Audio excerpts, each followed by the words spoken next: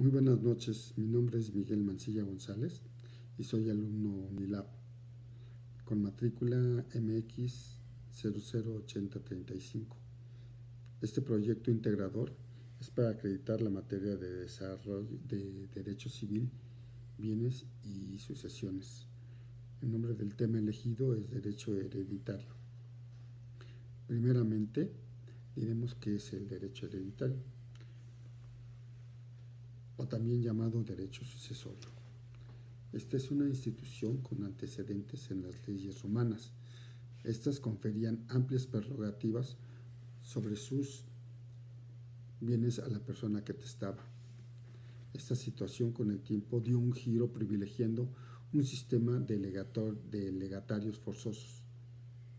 Su argumentación es la sucesión por derecho natural al fallecer un familiar, donde sus descendientes se hacen cargo de los bienes y obligaciones del finado.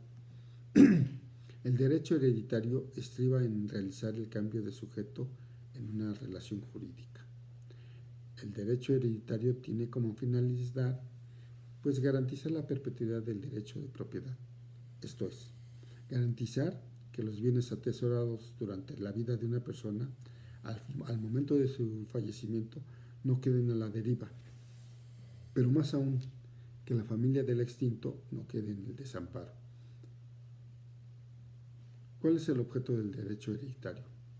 Este se refiere al merecimiento que con respecto a la masa hereditaria tienen los herederos, mismos que adquieren en el momento mismo en que fallece el decujus. Esto es aquel cuya sucesión se trata. Es decir, es la defensa del derecho real que los legatarios tienen con relación al conjunto de la herencia, de la cual son copropietarios y tienen derecho a una participación en ella en caso de liquidación de la misma. Los supuestos del derecho hereditario son la sucesión por causa de muerte, el testamento como acto jurídico personal, cancelable e independiente con respecto a la hacienda del autor, el matrimonio o concubinato en los casos de la sucesión legítima, la capacidad de goce de los herederos y legatarios, la apertura de la sucesión y de la delación hereditaria, de la adjudicación, aceptación y renuncia de la herencia, reconocimiento o declaratoria de heredero, posesión de los bienes relativos a la masa hereditaria, capacidad e incapacidad para heredar, la administración, legitimación del menor y partición de la herencia. Son sujetos del derecho hereditario. Hablar de los sujetos del derecho hereditario es referirse a determinar quiénes son partícipes en una sucesión testamentaria ilegítima. En ellos intervienen el autor de la herencia, quien dispone de sus bienes en vida, el heredero, que es el beneficiario de la herencia, el legatario, aquel que solo obtiene bienes determinados o prestaciones concretas e individuales, el albacea, que es aquel que efectúa las disposiciones de la herencia administrando y defendiendo los bienes. Este es nombrado por el testador en caso de existir testamento. En caso contrario, este sería nombrado por el juez o por los herederos. El acreedor. Este sujeto está privilegiado del derecho hereditario. El activo hereditario está destinado preferentemente a cubrir el pasivo de la herencia. Tenemos también al deudor, sujeto privilegiado del derecho hereditario, quien está obligado a realizar el pago de sus obligaciones al albacea. Asimismo, consideramos importante explicar qué es un testamento y sus características. Esto queda claramente establecido en el artículo 1295 del Código Civil del Distrito Federal, que más o menos dice que el testamento es un acto personal, revocable y libre, por el cual una persona capaz dispone de sus bienes y derechos, declara y cumple deberes después de su muerte. Esta es la forma legal, segura y eficaz de transferir la propiedad de los bienes de una persona que fallece, evitando con ello problemas legales a sus herederos. Para que esto sea así, es usual que el testamento se formalice ante un notario. Debe hacerse esto por escrito. No requiere de testigos, salvo casos especiales, y no pierde vigencia solo que el autor cambie de parecer y desista de su decisión inicial. Esto puede ser cuantas veces quiera hacerlo, haciéndose válido el último que se haya realizado. ¿Quiénes están incapacitados para testar? El artículo 1306 define claramente quiénes están incapacitados para testar y más o menos dice esto. Están incapacitados para testar los menores que no han cumplido 16 años de edad, los que habitualmente o accidentalmente no disfrutan de su cabal juicio, esto es que están mal de sus facultades mentales. Respecto a qué es un testamento a público abierto, a este se le llama aquel que se otorga ante un notario público, esto de conformidad con las disposiciones de las leyes de la materia. Por otra parte, ¿quiénes están incapacitados para heredar? En el artículo 1313 se menciona claramente quiénes tienen esta capacidad para heredar, pero de igual forma en los incisos 1, 2, 3, 4, 5 y 6 se indica quiénes y en qué casos pierden ese derecho. Y esto puede ser porque hay falta de personalidad, por haber cometido un delito, por presunción de influencia contraria a la libertad del testador o a la verdad o integridad del testamento, por falta de reciprocidad internacional, por utilidad pública y por renuncia o remoción de algún cargo conferido en el testamento. Por otro lado, los artículos 1314, 1316, 1321, 1323, 24, 25,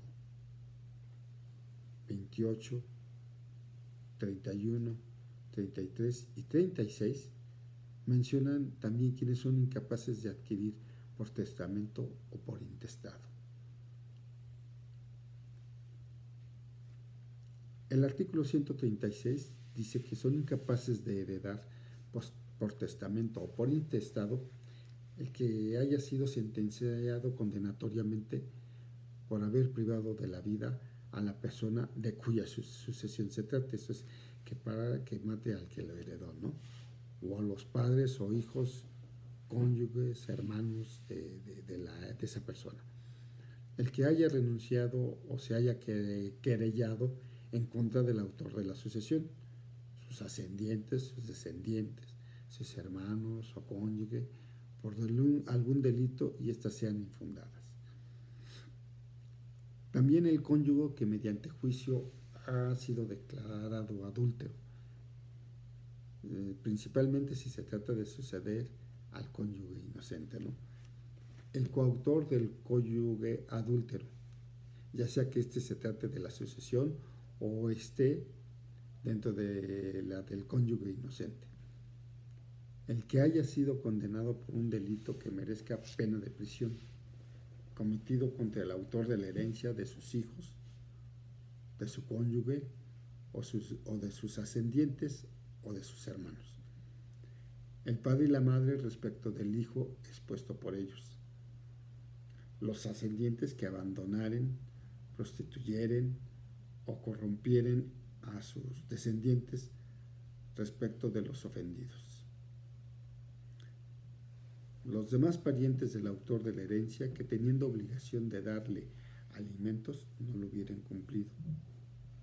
Los parientes del autor de la herencia que hallándose imposibilitado para trabajar y sin recursos, no se cuidaren de recogerlo o de hacerlo recoger en establecimientos de beneficencia.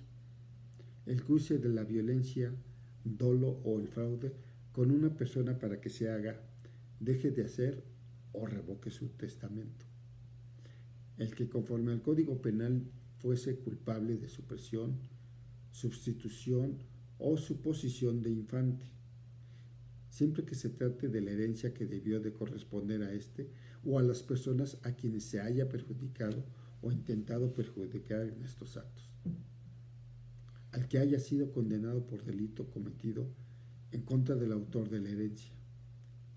Por otra parte, el artículo 1321 establece que por presunción de influjo contrario a la libertad del autor de la herencia, son incapaces de adquirir por testamento del menor los tutores y curadores, a no ser que sean instituidos antes de ser nombrados para el cargo o después de la mayor edad de aquel, estando ya aprobadas las cuentas de la tutela.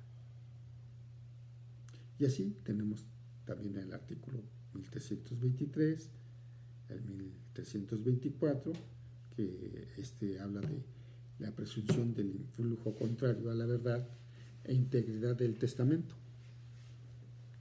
Y son incapaces de heredar el notario y los testigos que intervinieron en él, y sus cónyuges, sus descendientes, ascendientes o hermanos.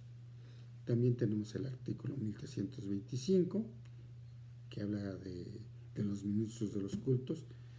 Tampoco pueden ser herederos por testamento de los ministros del mismo culto o de un particular. El artículo 1328 dice que por falta de reciprocidad internacional, esto es cuando los países donde se va a heredar, o los habitantes del Distrito Federal, los extranjeros que según las leyes de sus países no puedan testar o dejar por intestado sus bienes a favor de los mexicanos. Entonces, por reciprocidad internacional, entonces, si no se hace de la misma manera, no la hay. El artículo 1331, este es por renuncia o remoción de un cargo. Y son capaces de heredar por testamento los que son nombrados en él tutores, curadores o albaceas. Tenemos el artículo 1333, que son las personas llamadas por la ley a desempeñar una tutela legítima y que se hacen a ello. El artículo 1336 y así. Pues en conclusión, podemos decir que son innegables las bondades que implica elaborar un testamento en vida, ya que esto da viabilidad al derecho a la propiedad y brinda una certidumbre a las familias mexicanas. Se considera que la cultura del testamento debe permear a estas, de tal manera que cada jefe de familia pudiera estar en condiciones de elaborar en vida su testamento correspondiente, pues ya que nadie tiene comprada la vida. A continuación nos permitiremos enumerar algunas de estas virtudes que en el desarrollo de esta práctica hemos podido vislumbrar. Una es el testamento que da garantía de que el patrimonio familiar se transmita de manera pacífica y ordenada. Se brinda apoyo a los padres de familia y existe la figura del tutor, mismo que en ausencia de los padres se hace cargo de los hijos de menor edad. O bien se puede designar un albacea, que viene a ser un representante legal, el cual puede administrar los bienes producto de la herencia y los transfiere cuando los herederos cumplen su mayoría de edad. En su caso también se puede hacer el reconocimiento de todos los hijos procreados, ¿no? Así como de las deudas que se pudieron haber contraído. También permite que con esta acción de elaborar nuestro testamento, las propiedades de la familia permanezcan en el seno de la misma, ¿no? Que no se vayan hacia otro lado. También podemos decir que se define quién o quiénes heredan qué o qué cosas, de tal manera que los conflictos por la masa hereditaria no lleguen a trascender. Y esto pues evita que se realicen gastos excesivos, que haya pérdidas de tiempo y que se altere la tranquilidad familiar. Yo creo que este es el mayor beneficio. El testamento, al ser elaborado en presencia de un notario público, da fe de ello. Y con esto da certidumbre de que el deseo del autor del testamento se cumplirá.